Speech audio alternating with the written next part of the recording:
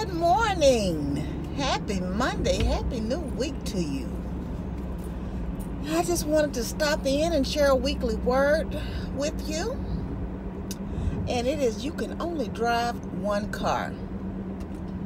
Have you ever noticed in life that, it may be some bad drivers out, maybe some good drivers out, but you can't drive Sally's car, Johnny's car, and your car at the same time. You can only drive one car. While along the way you can pick up passengers and get them to their destination briefly, or help them along the way, you have to look out for the other driver, cautious, and be able to dodge and maneuver in traffic. But still, you can only handle your steering wheel and not theirs. You can only drive one car. In saying that, that is saying that you have to worry about you in life. We are put on this earth, yes, to have some effect with one another, but no one else can get you to your destination but you and God. Can make sure that you reach it safely, can run and drive toward your goals, can even position you to be blessed for the harvest. You have to be in the right place at the right time, and the only person that can get you there is you. But instead, sometimes we get ourselves consumed, even with our children, with our loved ones, with our husbands, with other people, and mind your business. You want to see your children succeed. You want to see your spouse succeed, and you can help them along the way. But ultimately, they have to be the captain of their own ship, the driver of their own car, just as you have to be the driver of your own car. Have you ever known somebody who needed a ride to work? You had to be to work at 7:30, and they didn't have to be to work until 8. Are you going to be late for your job to get them at work at 8 if they say, well, no, I don't want to get there that early? I actually know people like that. You can't drive them to success. You can't drive them to victory if they don't want to make the sacrifices they need to make for themselves, if they're not driving their own car. And a lot of times we'll lose out trying to bend over backwards to help others.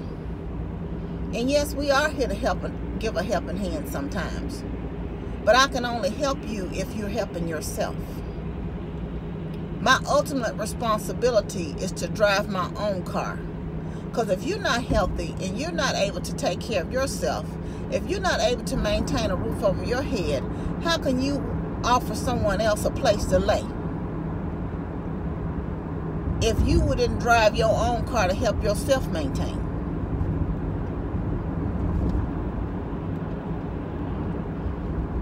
And yes, we do make sacrifices for our kids. And Lord knows I made sacrifices for mine. I worked extra and did what I had to do. But I also knew that I had to make sure Donna was okay. I had to make sure I kept a roof over our heads, so when it was time for her to come home for college break, she had somewhere to go and a place to lay her head. I had to drive my own car. If I didn't stay healthy and go to work every day, her tuition couldn't have been paid. Again, I had to drive my own car. Now, while your passengers may benefit to getting somewhere safely, to hitching a ride, to being covered, you have to put in the work. You have to drive your own car. Stop looking for other people to drive your car. Don't get mad when other people won't give you a ride. What they call it now, clout chasing. You're going to use this person's name and that person's name to get in where you fit in. But what work have you done to stay in? And it's okay, like I said, people can give you a helping hand. But are you going to put it in the work to show yourself improved, to show yourself worthy of that helping hand that you received? You're going to prove them outright. You know, people help people get jobs sometimes, and you know, sometimes people will stop helping people because they just ruin their name and reputation. I helped their person get something, and they just went to work and just messed up everywhere. And like I said, you cannot drive Sally Mae, Johnny Sue's, anybody else's car. Only car you can worry about on the road is yours. This is the only car you can steer. You can only steer one car at a time.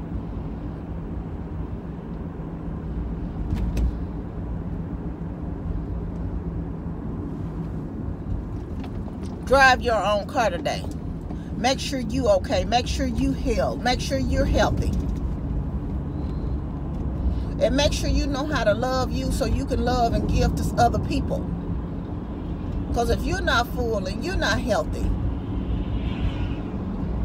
and guess what? If you do get in somebody else's car to drive, it's going to only be a temporary thing. And while you're driving them towards success, and you looking back and you say, well, I gave up all my time and all this, that, and the third. What am I going to do now? Make sure you're driving your own car today. Make sure you're feeding good things into your life. Make sure you're filling up your gas tank. Yes, do encourage. Help each other along the way. Help your fellow man. Feed good things into them. But make sure you're fueling yourself as well, because you may not get the fuel from somebody else. Have you ever noticed if you run a little lower gas, sometimes people don't have gas money for you. Sometimes people don't have a good word of encouragement for you. Everybody's not going to always be on your team. They're not going to get out and help if your car stopped to push it.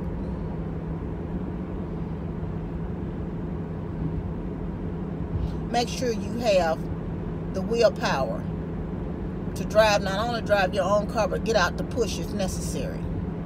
Because ultimately it is your responsibility and your task for you to reach your goals.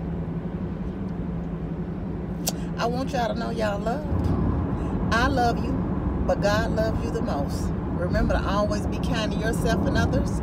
Be joyful and be blessed. And y'all remember, keep a firm hand on your steering wheel and drive your own car. Take God with you everywhere you go. He'll keep you covered. You and God are always the majority. I love you much. Y'all have a prosperous and blessed week. Let your harvest overflow. Love you. Bye.